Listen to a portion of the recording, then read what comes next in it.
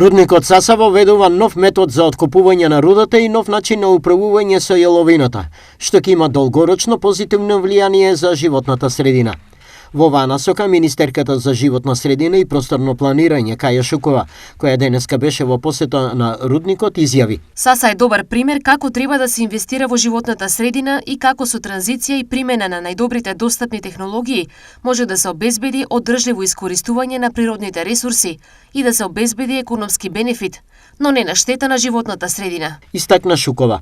Од рудникот Саса потенцираа дека во изминатите години во овој рудерски капацитет интензивно се вложувала во различни области, вклучително и во животната средина. Капиталните инвестиции се во насока на развивање на безбедна, еколошки одговорна и стабилна работа на рудник Саса и продолжување на животниот век на рудникот. Велат од менаџментот на рудникот.